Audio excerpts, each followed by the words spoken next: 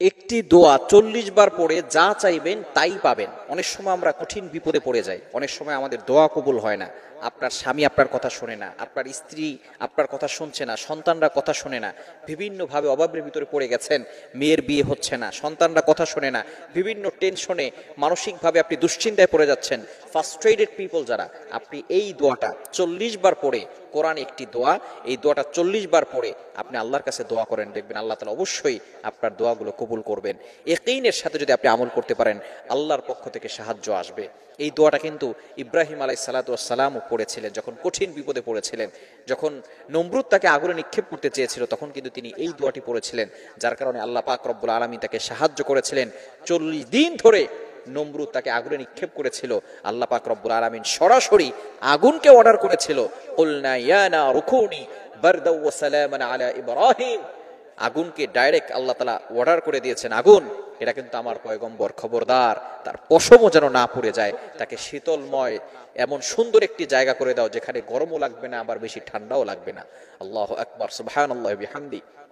এই চমৎকার দোয়াটি যদি আপনি ৪০ বার পড়তে পারেন, এরপর আল্লাহর কাছে দোয়া করতে পারেন, আল্লাহ পাক রব্বুল আলামিন অবশ্যই আপনার দোয়াগুলো অ্যাকসেপ্ট করবেন, কবুল করবেন। আপনার যা চাইবেন সেটাই আল্লাহ তাআলা কবুল করবেন।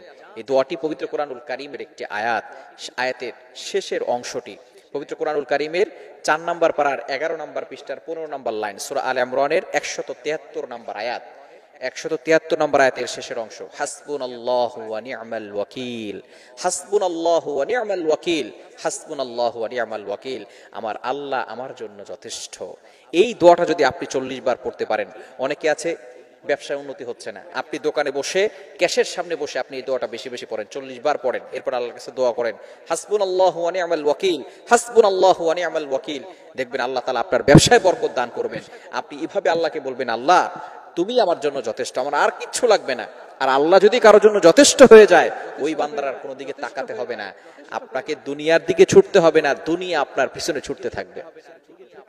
আল্লাহ তাআলা হাদিসে কুদসির ভিতরে জানিয়ে দিয়েছেন, মাল্লাহুল মাওলা ফালাহুল কুল।